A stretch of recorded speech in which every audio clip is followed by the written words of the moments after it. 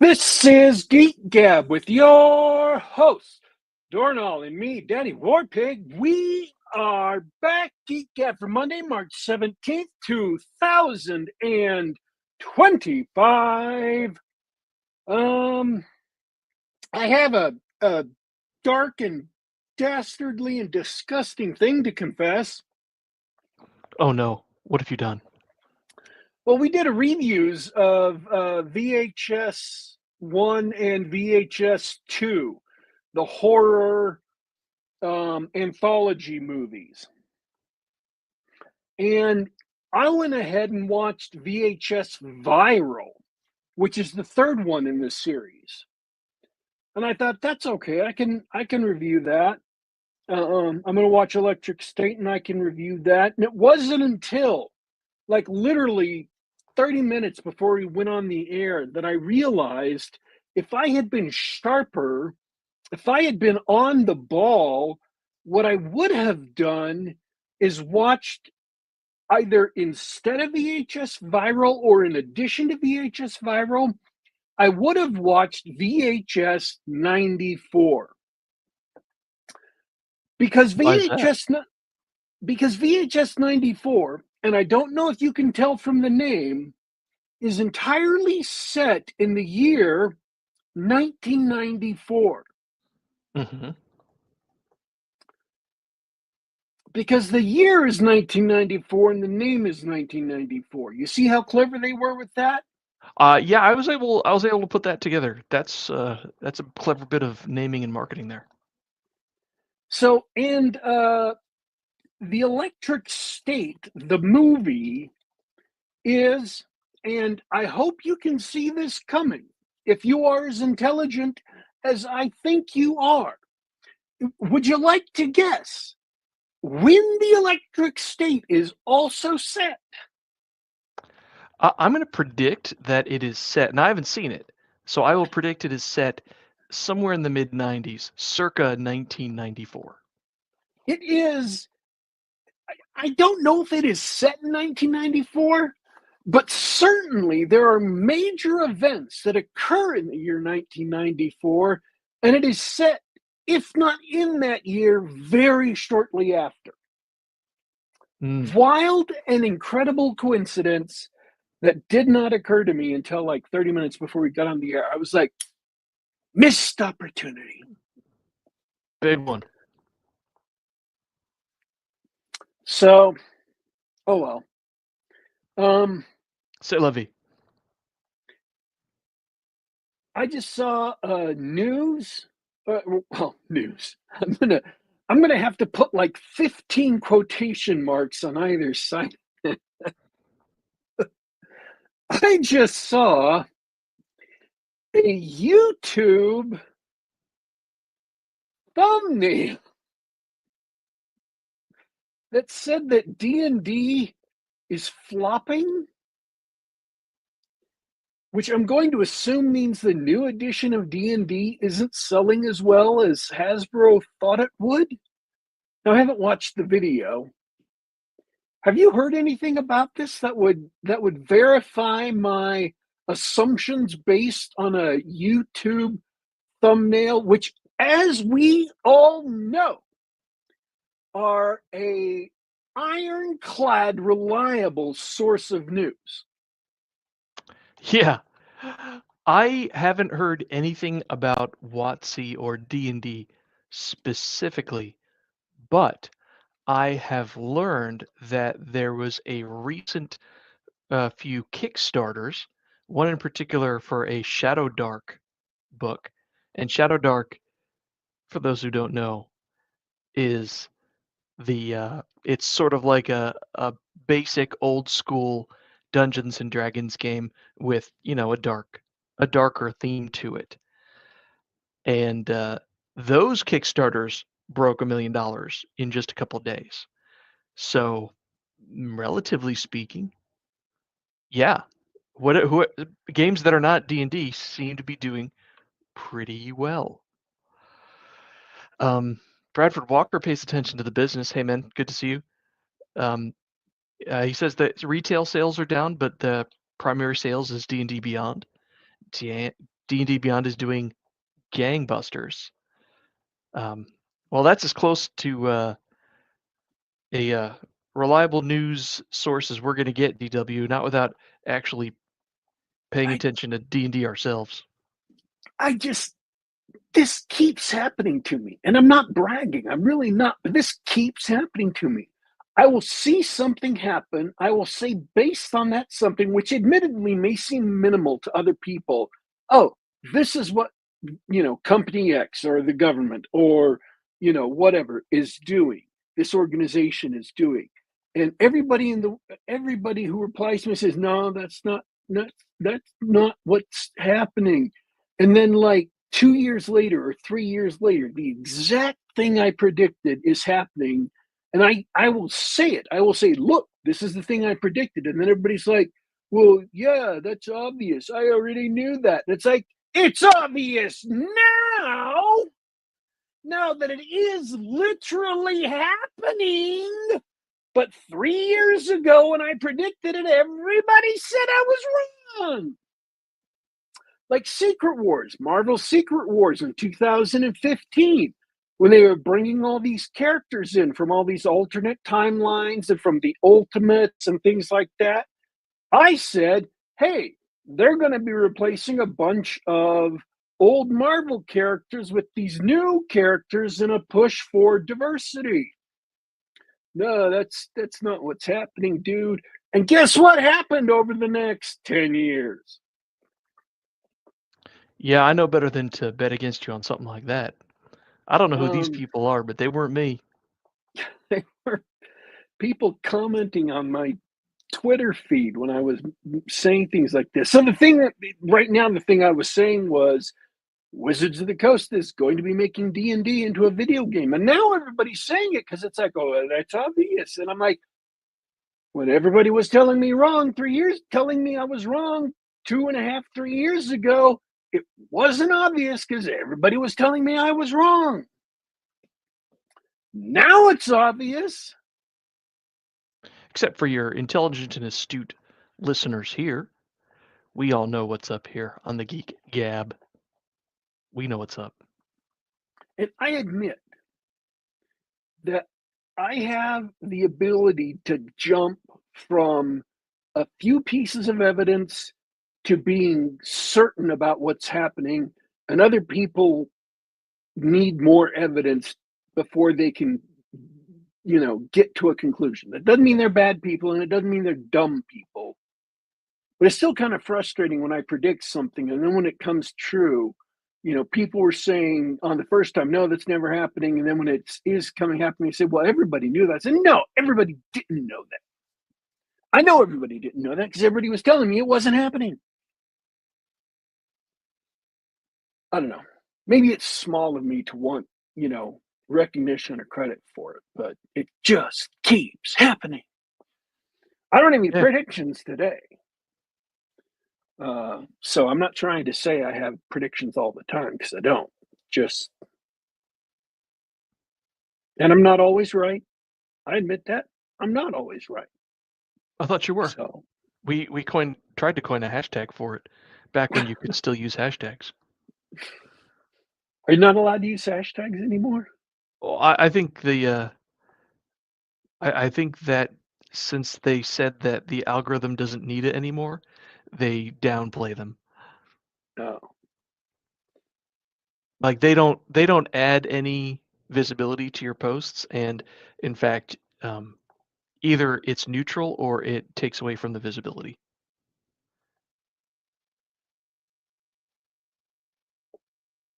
Pardon me, I'm rolling my eyes. So anyways, apparently I got sort of educated on Godzilla today, but not really. I mean, I understand the druid thing. You get all these nice spells. You take the cast in your animal form feat, and then you become an absolute game-breaking behemoth. That I understand. But the place I was linked to was kind of vague about how clerics can break a 3.0 game or a 3.5 game. Oh, yeah. the way to do it is it's basically using your very high level spell to summon a friendly extraplanar creature who has the wish spell. And Uh, yeah, you basically polymorph yourself into something that can grant yourself wishes, and then you're in an infinite loop of making yourself all powerful. okay. I also found out it seems like a lot of the big problems in 3.0 were actually introduced in 3.5 Splat books. They didn't exist in the 3.0 Splat books, like the Erudite, um, which is a psionic class from 3.5 Complete Psionics, which could turn any spell, cleric, magic user, bard, druid, ranger, whatever, into a psionic power and learn and cast some psionic powers. The Erudite has some things, especially if you kept track in Dragon magazine of some of the feats and expansion things and allowed them in your game. Apparently, it could become even more game breaking than Godzilla. Um, Yeah, and then there was Godzilla, the what you said, the overpowered druid shapeshifter is yeah, actually on the mild end of those game breaking things. And and then to answer the obvious question, Mandolph's in chat. Hey man, good to see you. What DM would allow it? This has nothing to do with DMs. This is purely uh, players theory crafting and playing with themselves. Um, no, there's uh, no actual value to it. and then someone was saying that artificers from Eberron uh, were easily abusable, and that was after I had stopped playing 3.0. That was when I was already, kind of pushed off the cliff, as it were, back then. Um, so I never saw any of these things because I only played 3.0 really. I mean, I only bought like the core books for 3.5 and I think one 3.5 book before I stopped playing. So I missed all of that. If there was abusive stuff, I never played it. 3.0 was fine for me as far as the game goes. Uh, I'm not saying it was perfect. And I think it fostered some unhealthy attitudes, but those unhealthy attitudes kind of came over from World of Warcraft. So it may have been that um, they may have come over anyway. That build culture would have come over anyway. But 3.0 was easily abusable. Uh, it was it was it may not have caused the infection, but it sure was a petri dish for it, if you can see what I'm saying. Oh, sure. Um, so, and I had the temerity to stand up in the BroSR chat, and I didn't get a lot of pushback on it because I said there were a couple of rules from 3.0 that should get back ported to AD&D because they would be very helpful in AD&D, and they're very small rules.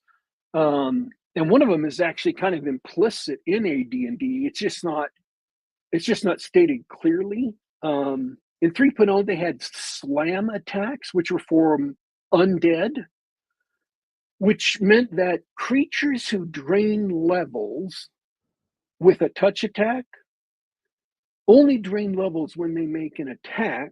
They don't drain levels whenever you touch them. And that's actually in the description of some monster somewhere. Brian Reniger found that.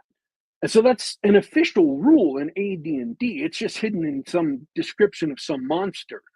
But 3.0 makes it very, very clear. Okay, these attacks are called slam attacks. You know, when they hit you, they drain a level, but a monk who goes up and punches this creature doesn't get a level drained every time he touches the creature. So I think that's a good rule, not so much to change AD&D, just to make what is already an implicit rule clear. And the other one is monster templates. So you can make anything into a vampire or anything into, whatever monster templates there are. I think those are a good idea. Yeah, that was a good idea. I've done what a lot of people do is in a dungeon full of skeletons and zombies. You can add a little flavor and story to your setting by describing the nature of the zombies and skeletons. It doesn't always have to be humans. It can be dwarves or orcs or whatever. Right. And templates let you it lets you change them mechanically, change what they do without, putting undue strain on the dungeon master. You just say, oh, all skeletons behave like XYZ. So there. And you can change their stats. It's like, okay, if you have a Tyrannosaurus Rex and you want it to be a zombie, you just apply the zombie template and you change its stats in the way they describe them. Bam, you have a zombie Tyrannosaurus Rex. I think that's a genius idea, and that's something that you could backport to AD&D very easily. And making new monsters is part of the game, so that's not even, that's still rules as written, because you're just making it easy to make new monsters. At least as far as I understand the principles of rules as written. Those are the only two I can remember right now, but they're not foundational rules. They're not big rules. They're just a couple of little things that I think AD&D could borrow and still be without changing the game at all. Just a couple of good ideas that 3.0 had. Okay, that was the promised D&D discussion that I mentioned in the announcements. I just was wondering about the Godzilla thing. And I get it now. I get where polymorphing yourself into a creature that you can grant yourself your own wishes is just that's crazy town. Yeah. Oh man alive. And all it is an autistic reading of the rules, as written as opposed to intended, where because in D&D third edition, certain abilities are classified as spells, and certain abilities are classified as extraneous or exceptional abilities or spell-like abilities. Right. And when you polymorph into something, you get one class of abilities and not the other. So, you can't polymorph into a 9th level wizard, but if there happens to be a monster in the monster manual that has wish as an extraordinary ability instead of a spell, then you get the wish. Whereas any reasonable DM would look at that and say, nope, nope. Yeah, not gonna let you do that.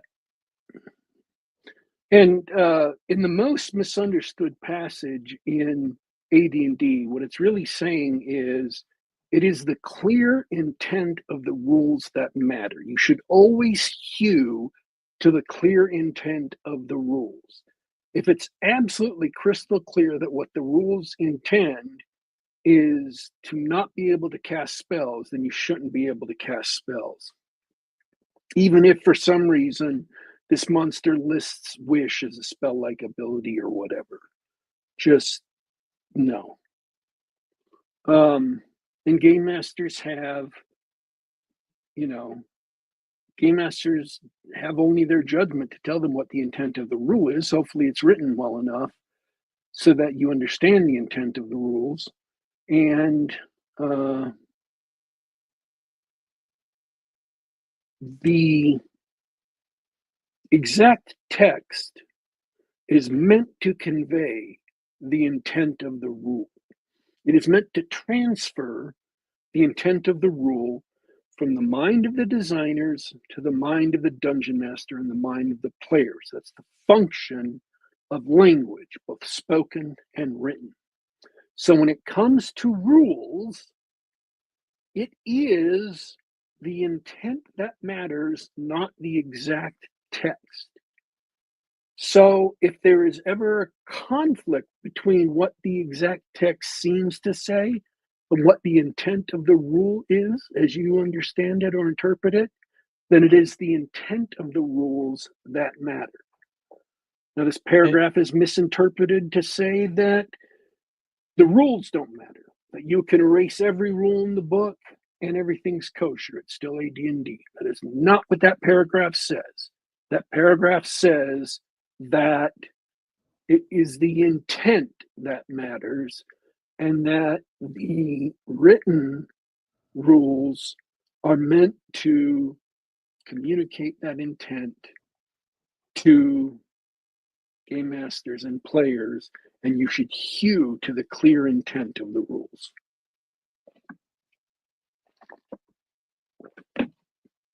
So, Yep. All right, I'm going to do the short one first.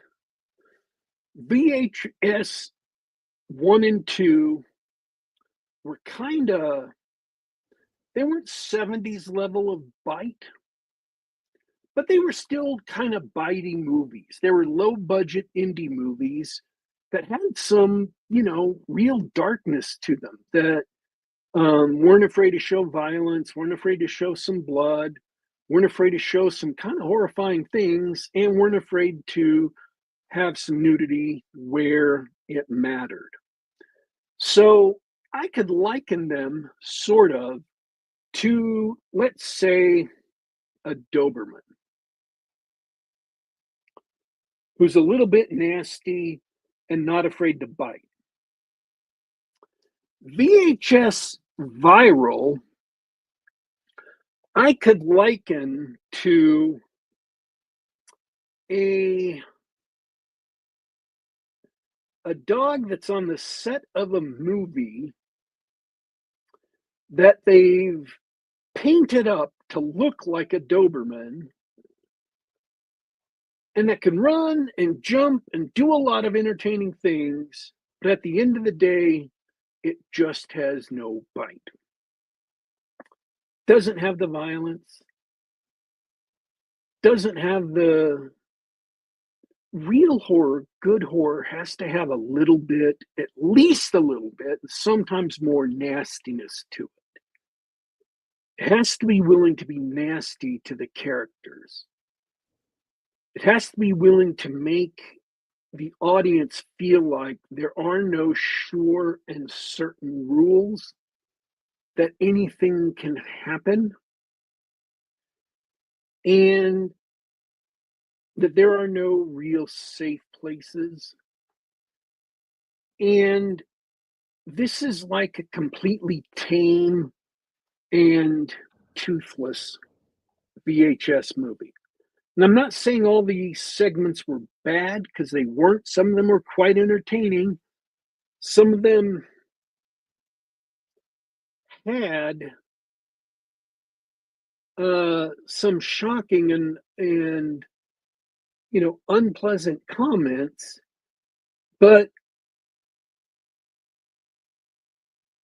none of them really went for the juggler like VHS 1 and 2 did. There was no nudity, very little actual violence on screen. I can't remember much gore at all, except in the, what do they call it? The framing story. story. Framing story. Thank you. Yeah. Except in the framing story, did have some stuff. And so it felt like a letdown. I wanted it to be, more of the same from VHS 1 and 2. And they could have been, I don't know. Obviously, it was made with a bigger budget, and maybe a bigger budget came with restrictions. I didn't check the rating. Maybe it had went from an R to a PG-13 or something. But it was like that Die Hard movie. They made a PG-13 where they couldn't even say yippee ki yay. They couldn't even say the real Dang. phrase. I'm like, dudes. So it was disappointing. That said, there were some interesting stories in there. There was one story about a magician who had this cloak that let him do some incredible things with, I'm going to say, spatial rearrangement in a completely different way, but it might remind you of the doors in Monsters Inc., sort of. If you can remember that scene where the doors are flying around and they're jumping in and out of it, they had a fight scene with a SWAT team and this magician with his cloak, and then his assistant. That was very imaginative. That was very well done.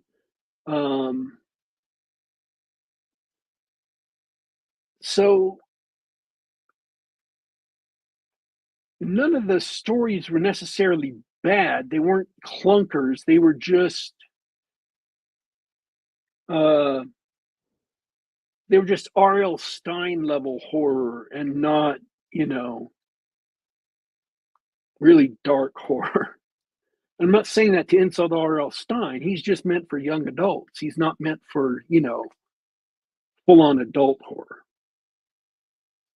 So there's some interesting stuff. There's some,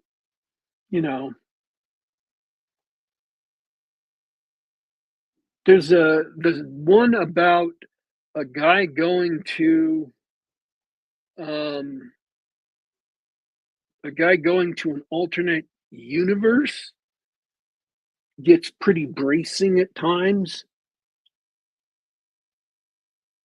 But one of the people in the alternate universe is a woman, and she, for good, solid story reasons, she opens up her bathrobe. And you just know in the other one, she would have been fully exposed. But in this one, somehow her bathrobe, when she's running around the house, stays perfectly covered. Right. Perfect excuse for a little cheesecake, and we're not going to do it. And I'm not trying to, you know, oh, I didn't get to see any boobies. This sucks. It just Some indicates that expectation. the movie dropped down from what VHS 1 and 2 was in terms of shock value, in terms of pushing, I hate to use this word, in terms of edginess. It just didn't have edge. The thing with there was a story with with some skateboarders who were trying to make a skateboarding video so they could release. And they go around a skate park and they're shooting a couple different areas. They get kicked out of the skate park, and this kid says, "Hey, why don't we go down to Tijuana? And there's a place down there we can film at that nobody is ever there." And you're like, "Oh, I know where this is going to go bad." And it's entertaining, but it's not super scary. It's more it's more it's more cheesy uh and less horrifying. It was fun to watch in a lot of ways, but just not great. Um I'm trying to remember the other ones. There are probably other stories. Those are the only ones I can remember right now. Um so if you can catch it free on it's available for free on a streaming service. Um I can't remember which one. So if you can catch VHS Viral on a streaming service, that's great. But I wouldn't pay for it, and I wouldn't subscribe to a streaming service just to see it. So It's too bad. all I wanted was more VHS, and it didn't deliver. So Lesson learned. So I bet you're speaking of right. things, I bet it. I don't know why. I should have looked it up by now. I bet that. I bet that rating was down. Which one was it called? VHS Viral. yeah. VHS Viral. It is rated R. Believe it or Oh, not. well, they wasted that. So speaking of things that didn't deliver,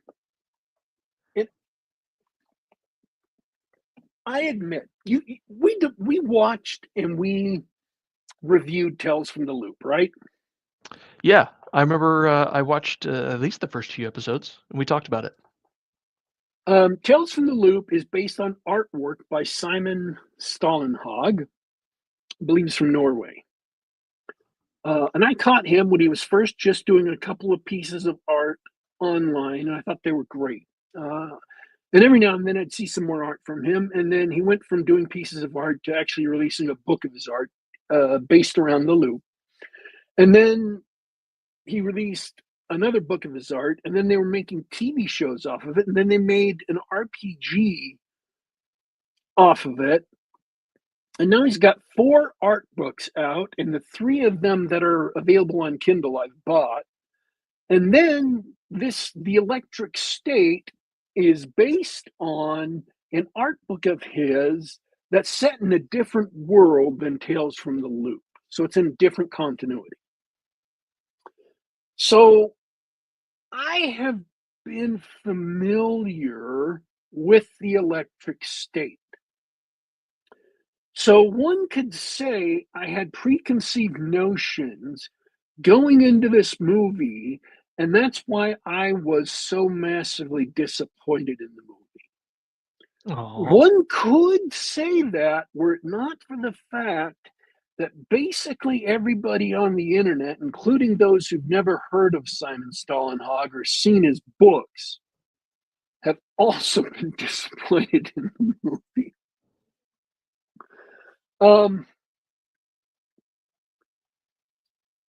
And I don't want to be mean, but I do want to get this out of the way right at the front. 11 from Stranger Things.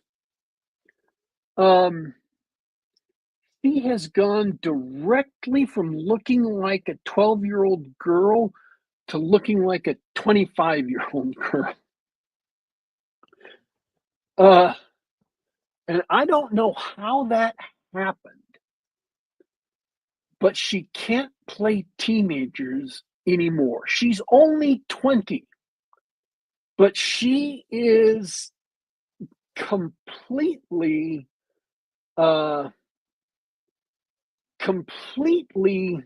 aged out of playing teenagers. A lot of actors and actresses can play teenagers well into their early 20s or even later.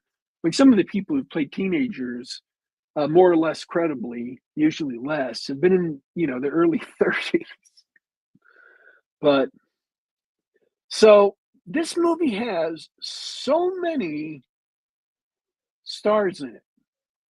It's got Chris Pratt, Millie Bobby Brown, Woody Harrelson, Ke Huy Quan.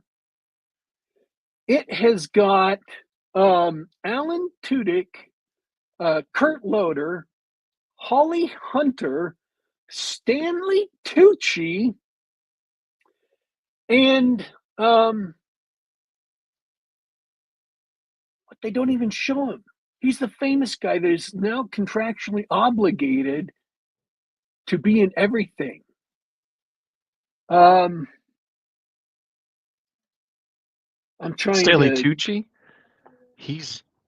I've seen a lot of him lately. Giancarlo Esposito. Oh, that guy. Yes.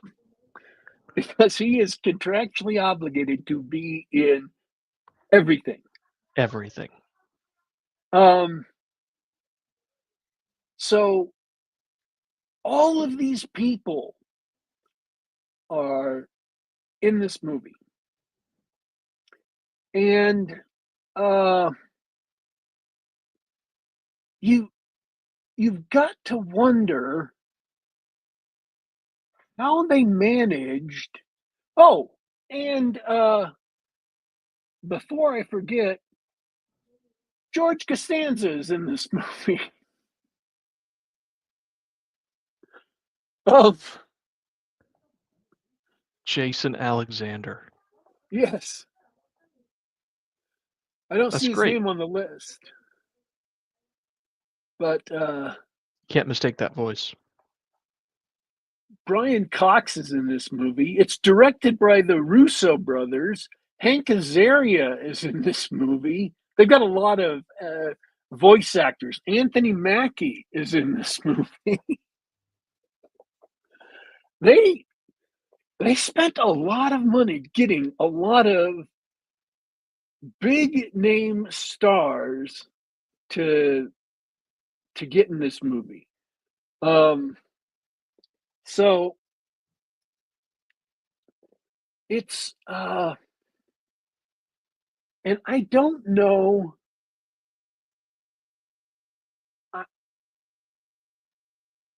I don't know. I don't know why.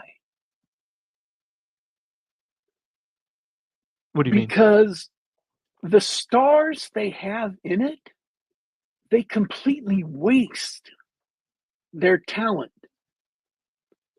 They completely waste their ability to deliver performances. Like, if I were to tell you that they hired Giancarlo Esposito to play the Giancarlo Esposito character, you would know exactly what I'm talking about.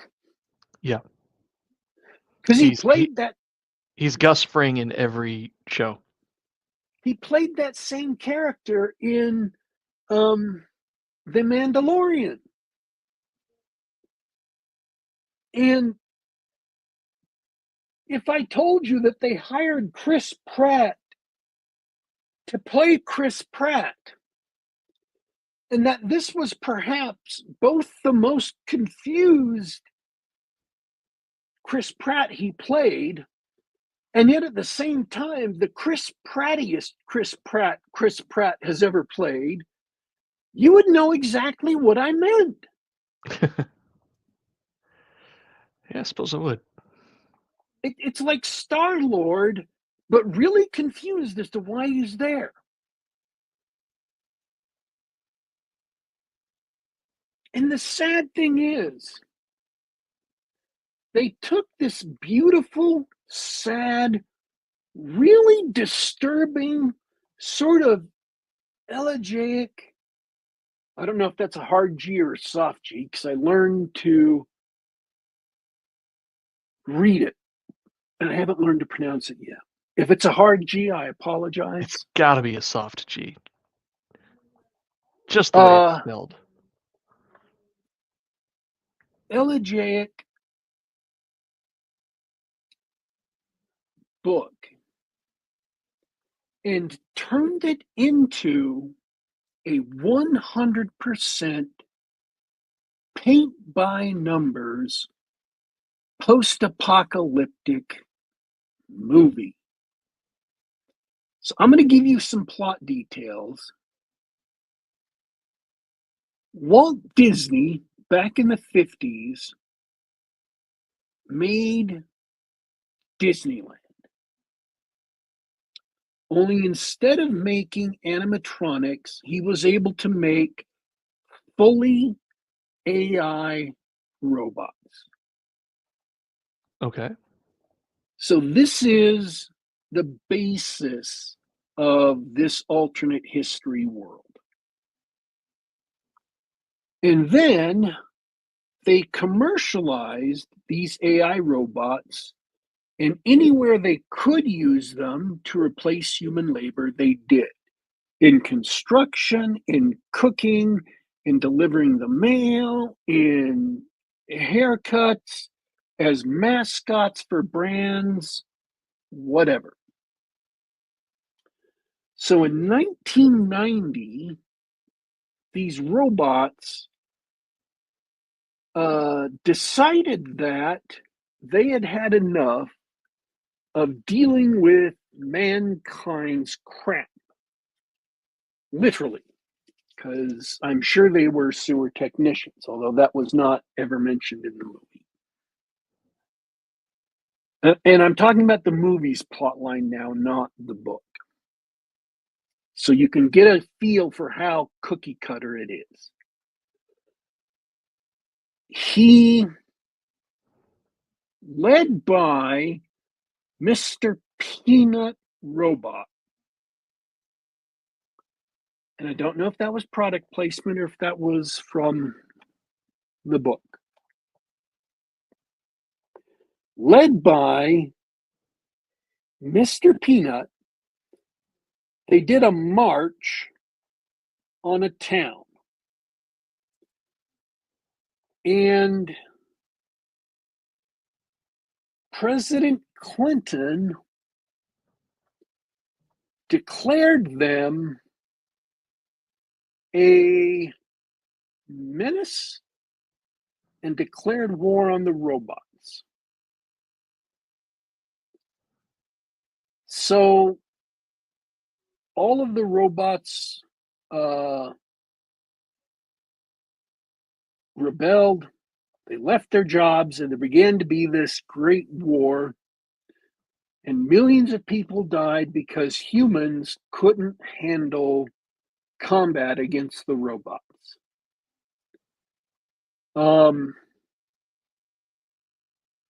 No idea what was going on in the rest of the world. The movie is focused solely and directly on the United States. So this corporation, now again, this is the cheesiest, laziest, most paint by numbers writing you have ever heard. So when I say the word corporation, what immediately jumps to your mind? Wayland Yutani Corp. Evil corporation. Yep. Yeah.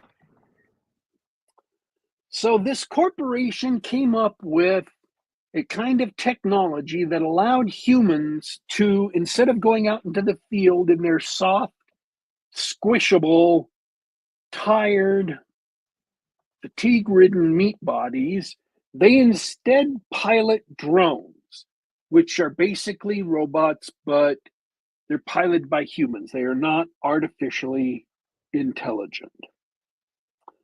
So with these drones, they managed to beat back the robots and decisively score a victory. Now, because they managed to beat back the robots and decisively score a victory, they were able to sign a peace treaty with the robots. They set aside 100,000 square miles of desert in the American Southwest and built huge impenetrable walls to keep the surviving robots inside, but conceded that they are, people. And there was some confusing whatever peace treaty terms, because later you find out in the movie that, like, if humans go into this, exclusion zone, it's it's a violation of the peace treaty. Like, if the robots don't do anything, but a bunch of humans go into the zone, the robots have violated the peace treaty. I don't know how the hell that works. Because, I mean, what the hell have the robots done to violate the peace treaty if humans go in there? You know, that seems kind of unfair to me, but what do I know? So this peace treaty with stupid terms is signed in 1994. That's when the war is over. So sometime during this war, the main character, whose name is Michelle, her family dies. But they don't die from the war. They die from hitting a deer. Huh. And her parents are dead, and her little brother's dead. And she's assigned to various neglectful foster families, which she runs away from. And then one day, a robot shows up at her door, which is illegal, and they'll come and like destroy the robot and throw her and her foster father in jail.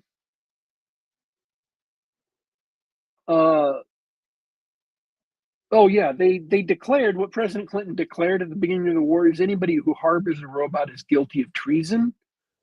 I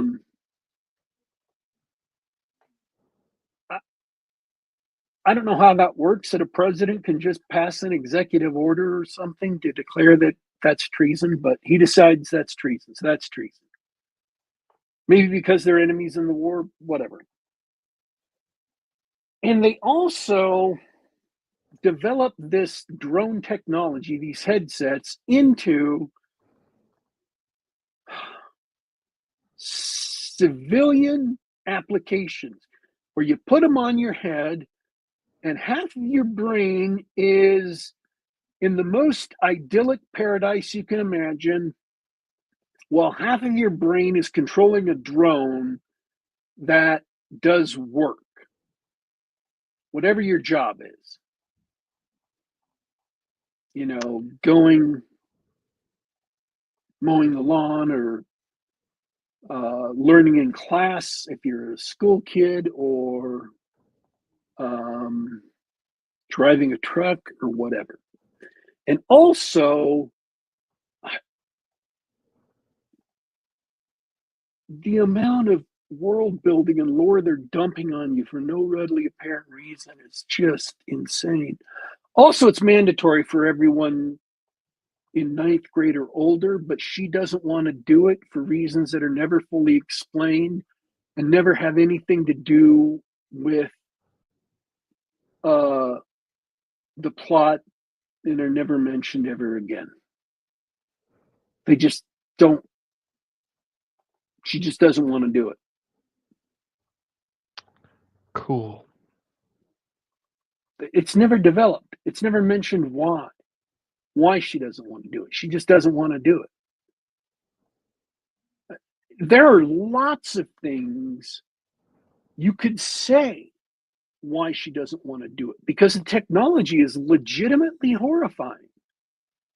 Because people just put on these helmets and sit there and zone out, like permanently.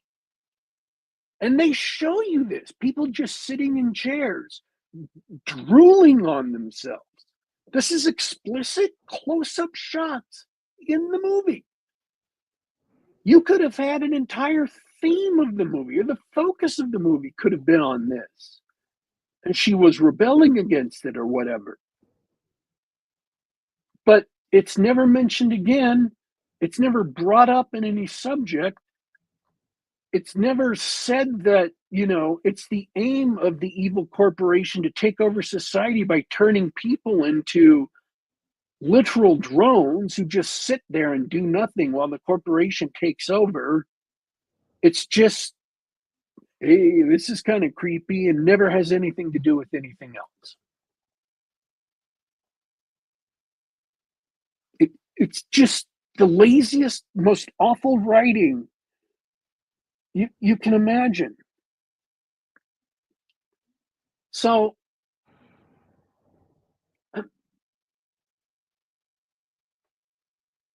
I'm gonna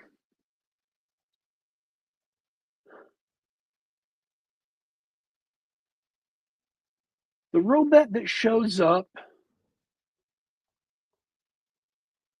and this is kind of sort of a spoiler, but it's also pretty much the opening scenes of the movie that set up the entire movie. So if you're going to watch the movie, you're going to need to know this because this is the premise of the movie. It turns out that her brother isn't dead, that her brother was kidnapped.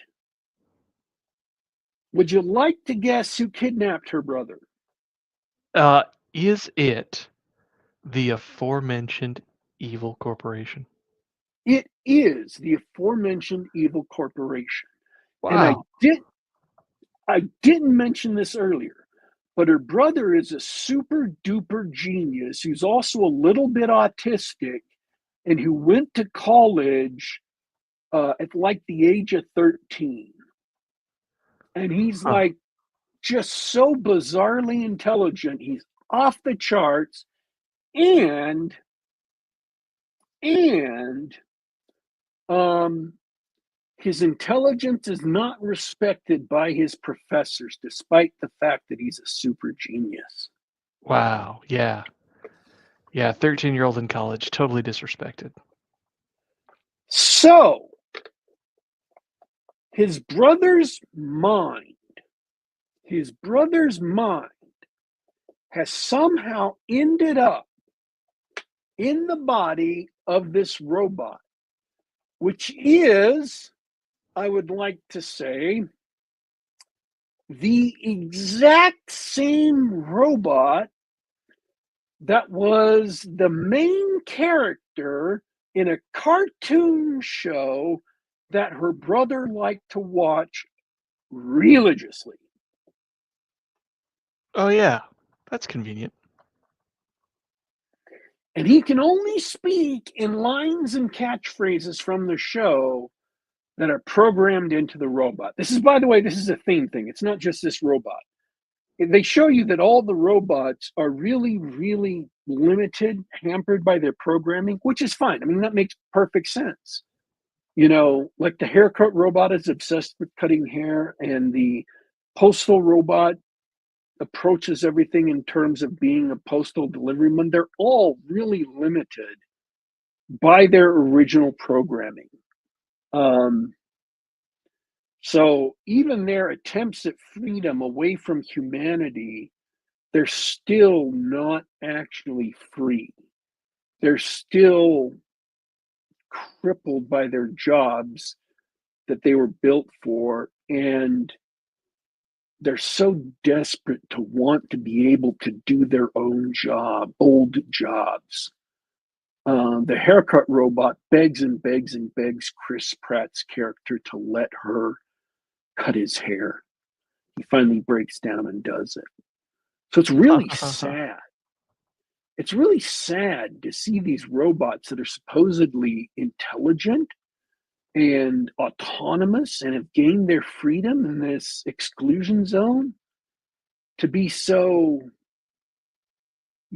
so 100% limited by who they are. It makes you think they're not really intelligent at all.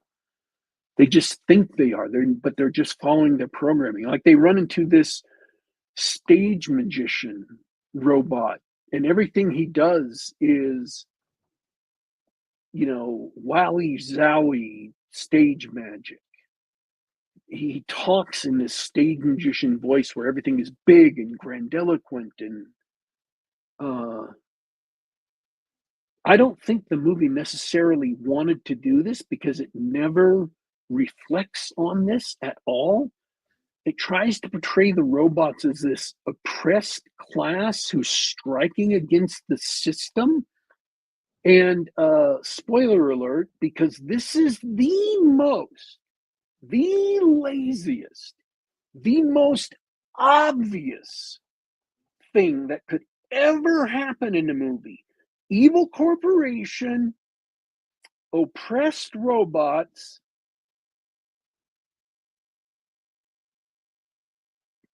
the evil corporation, you find out that the brother escaped from the evil corporation into the body of the robot.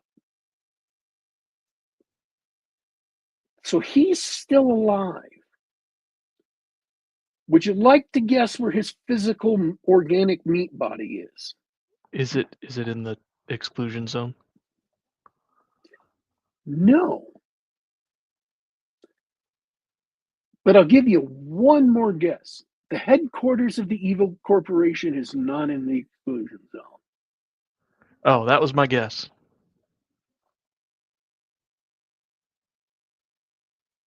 It's in the headquarters of the evil corporation.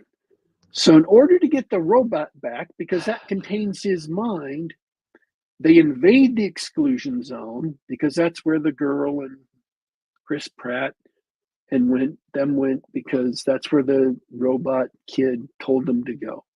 And they bust up all these robots because they broke the treaty.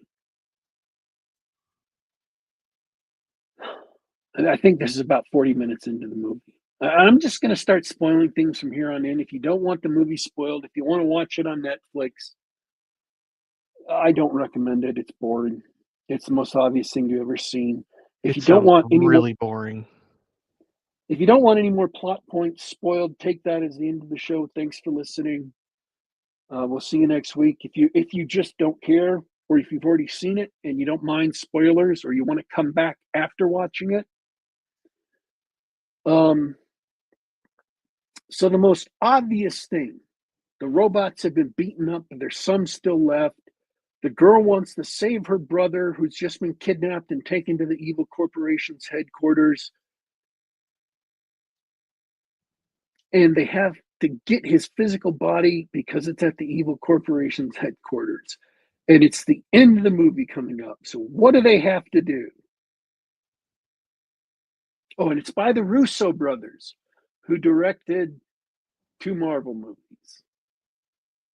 They directed. They have to pilot.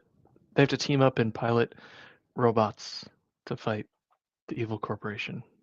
They have a big old fight scene. That's exactly right.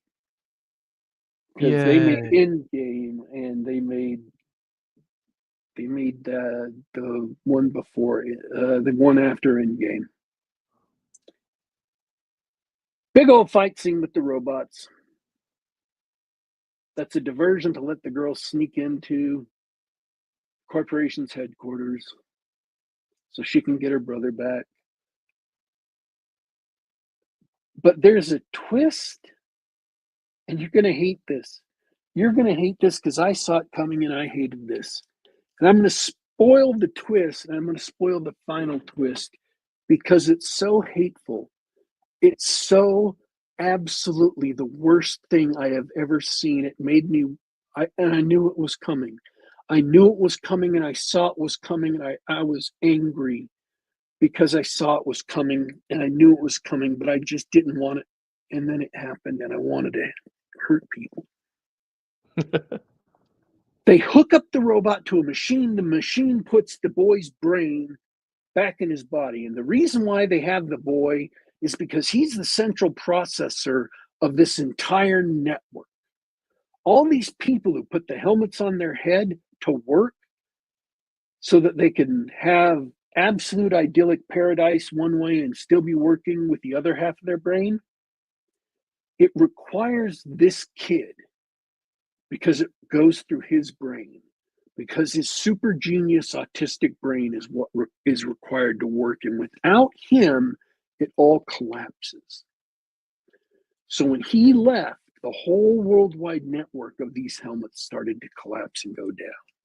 So they had to get him back. And they put him in the machine. That's really dumb. That's not even the twist. That's just the setup for the twist. Oh, man. So he got in this car accident. He was put in a coma. So that's why they hooked him up to the machine, because otherwise he was going to die. That's not even the twist. That's just background to the twist. And now he's in this machine And he thinks that if they take him out of the machine, so that's what his sister's here to do, to save him, to get him out of the machine, get him out of the corporate headquarters, he's going to die. So he says to the sister, I think I have to die. And I think you have to do it. What? Now, if he can't get out, if he can't get out of this machine without dying, why does she have to kill him? He's not suffering. He's not in pain. He has his own little pocket universe where everything is idyllic. Why does he have to leave? If he was suffering, or if he could exist outside the machine, why does he have to leave? But he's not suffering, and he can't live outside the machine. So maybe it was unethical for them to put this kid in a coma in the machine to save his life. Maybe that was unethical, experimenting on a kid. But the kid was literally going to die, and they saved his life, and they're still keeping him alive. And taking the kid out of the machine or killing him destroys the entire world. Every economy in the world will collapse. Food production will collapse. Industrial working will collapse. Everything on the planet will collapse. Transportation, sanitation, electricity, energy production. Everything will collapse if you either kill this kid or take him out of the machine. If he could be alive and you could take him out of the machine and he stays alive, you could maybe argue for that because, and he was suffering, you could maybe argue for that.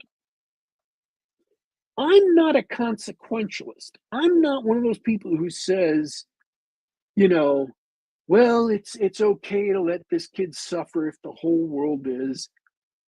Take the kid out, deal with the consequences. People have to get out of these machines they're hooked on and learn how to live in the real world fine.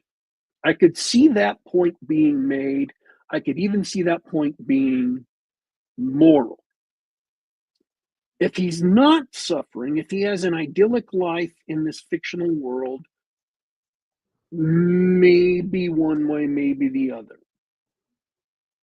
Destroying the whole world to free a kid who's living in paradise. If you bring him out, he's living in hell. I'm not so sure about. And everybody else in the entire rest of the world, 4 billion people living in hell too, 2/3 of which or 3/4 of which are going to die off in the aftermath. Saving one kid and killing 3 billion people, I'm not so sure about. I'm sorry if this offends anybody listening that I'm being cold-hearted here. This is the situation that the movie creates and they never deal with. They never mention it. They never deal with the situation they themselves create. But if the kid can't live outside the machine, and if he's in no suffering, why does she have to kill him? Can I get an answer for somebody that makes sense? Can't think of one. More particularly, why does she have to kill him? There's another robot there who's a friendly robot who helped get her in. Why does she have to kill him? Why doesn't somebody else have to kill him? Why is the movie making her push the buttons on the machine to end her brother's life?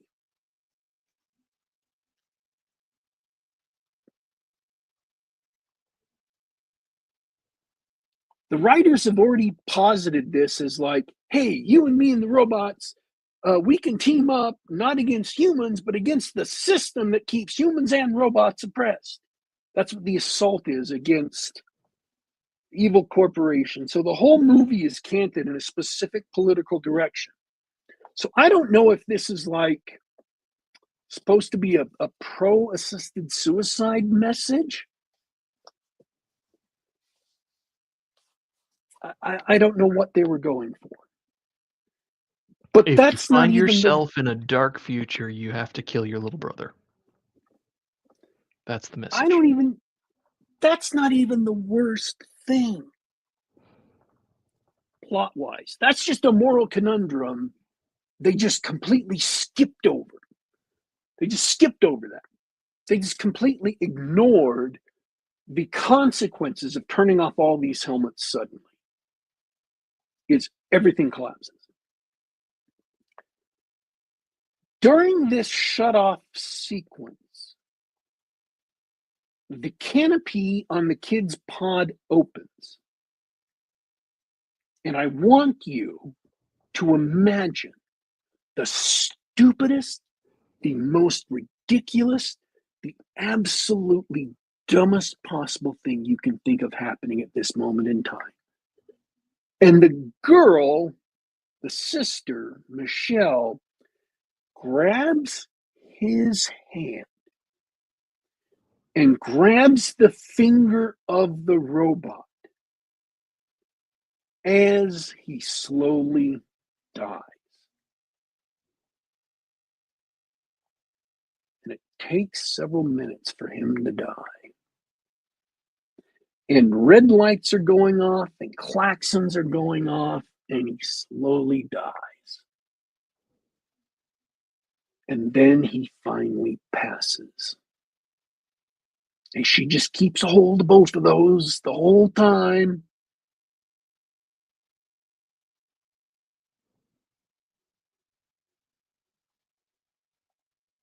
I should say,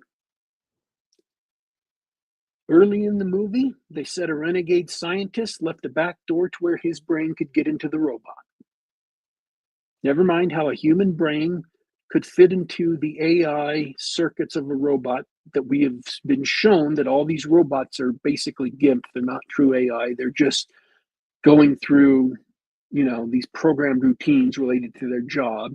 And this is a very simple robot that can only repeat certain words and phrases. Never mind how a human brain fit into that robot in the first place. He created a back door to where the kid could get out eventually because he had the room to roam around their entire network. So not only isn't he not suffering, he can roam around their entire network and manipulate data and access nodes and things. When they put him back in his meat body, they specifically said, oh, he can never get out. We've shut off all things. The network is completely secure. And he confirms this to his sister. I've already tried. I've looked. There is no way out for me. So he can't get into the robot's body. But she holds on to the robot's finger and she holds on to his hand during the entire time he's dying. And I want you to imagine, given that setup, that they linger on for a long time, what is the absolute most stupidest possible thing that they could possibly do with this situation? Well, the kid has to definitely become a robot now. At the end of the movie, I don't know if this is a post-credit scene or a mid-credit scene or right before the end. They throw the robot body in the trash because they're trashing everybody that's, all the drones that were smashed and all the robots that were smashed in the big beat 'em up battle outside of the corporate headquarters. At the very end, the robot body gets up and starts moving. Wow. Because somehow, psychically, through skin conduction, be transferred, and the power of love is a curious thing. Make one man weep, make another man sing.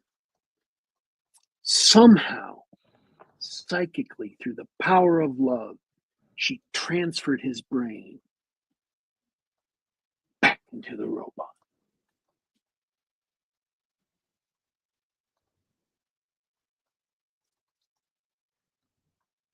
That's the dumbest thing I've ever heard. I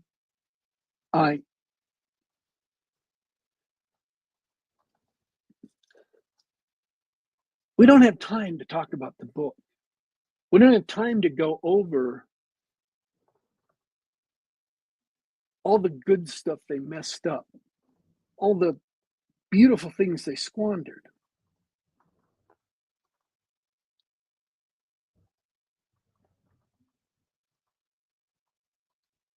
And I've had to skip over just a ton of stupid things. This isn't even a deep dive into how stupid this movie is. I've just hit the highlights.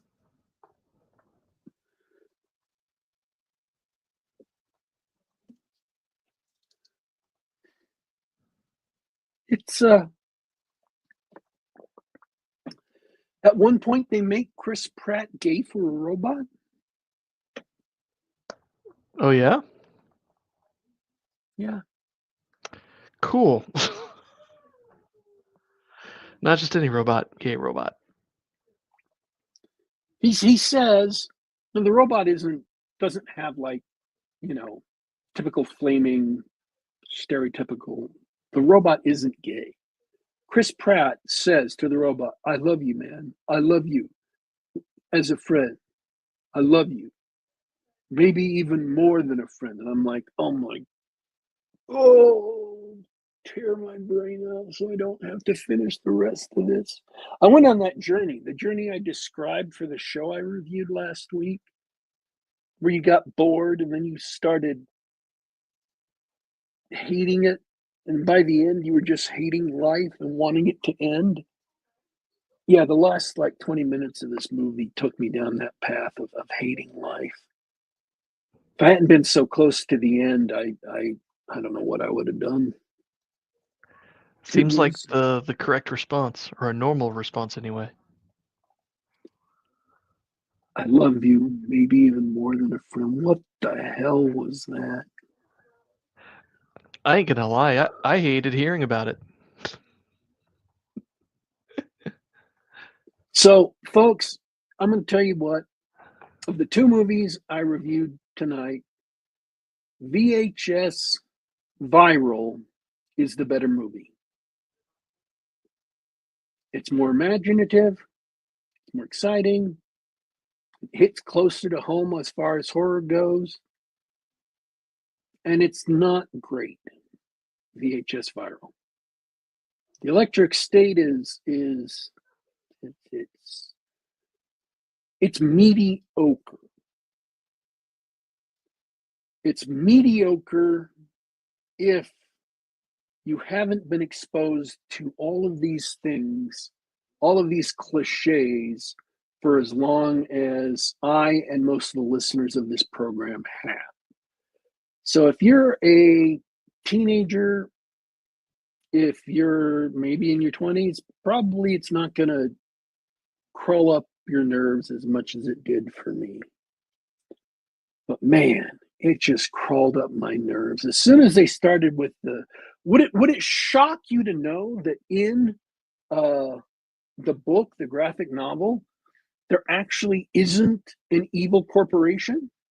Wow. You're telling me for the first time. I'm hearing this for the first time. It's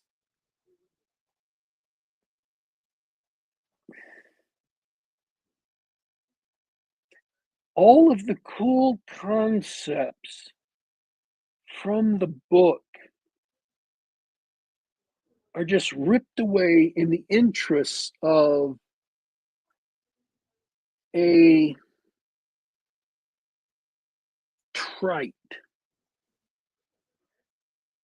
plot line we've seen innumerable times. Going back, as you pointed, at least as far as Alien and probably further.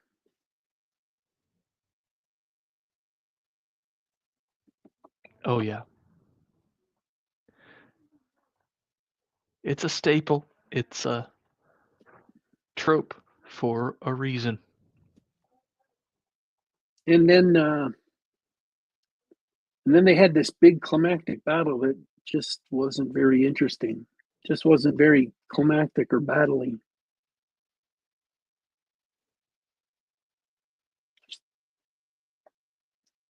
Let me flip to the IMDb tab I have open. Christopher Marcus and Stephen McFeely, who wrote the screenplay. Well, we know who's going to get coal in their stockings this Christmas.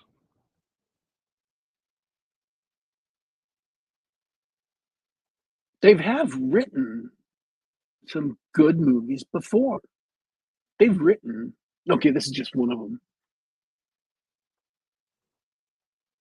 Christopher Marcus has written some good movies before. Like what? And he's written, let's see, Avengers Endgame, Avengers Infinity War, Captain America Civil War, The Winter Soldier, Pain and Gain, First Avenger, Voyage of the Dawn Treader, Prince Caspian, Lion, the Witch, and the Wardrobe. Both of them have, because they both worked as partners on all of those.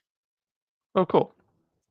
I mean, those are legitimately good movies. That's not even grading on a curve.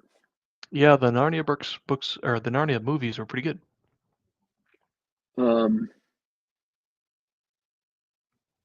All of these stars they hired for it delivered like really mediocre performances.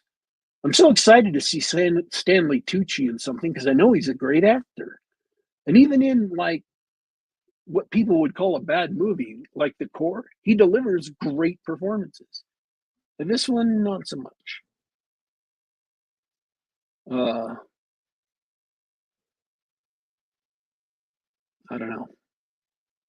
Yep. But are you Even surprised? even in Citadel, which I really liked, but other people didn't, he delivered a fabulous performance. So, yeah, I'm done. I don't have anything else to say about this. Absolutely savaged it.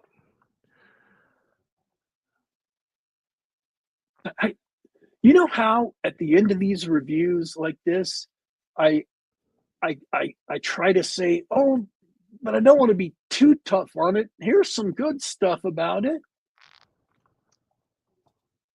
I I believe literally can't. I believe your signature phrase is, I'm not saying it's a bad movie, but I think this time you are.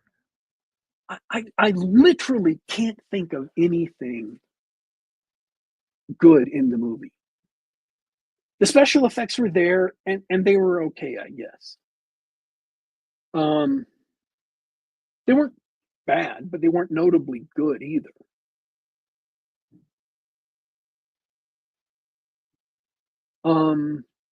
They picked good songs for the soundtrack. They had Danzig and Danzig's mother played during the soundtrack. That was cool. They did pick good tunes for the soundtrack. It wasn't just all orchestral. They picked some good, solid rock and roll and pop tunes for the soundtrack.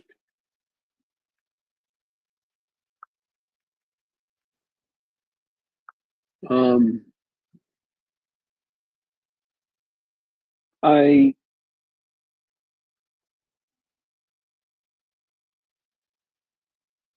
I literally can't think of anything else that was good about the movie. They just completely squandered all the potential of all the potential of the graphic novel. It ticks me off.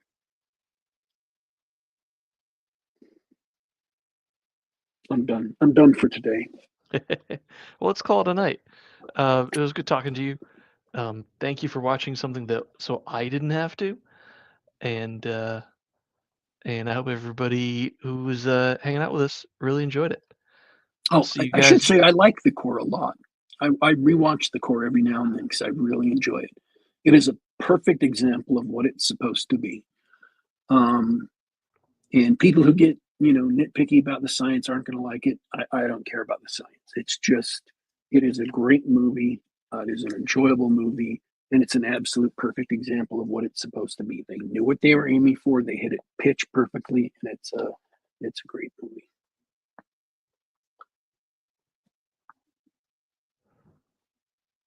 Well said. So, Well, take us away, DW.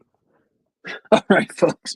I want to thank everyone who tuned in live, and I want to thank everyone who will tune in later. This has been Geek Gab for Monday, March 17th, 2025. Want to remind people to click on like, click on subscribe.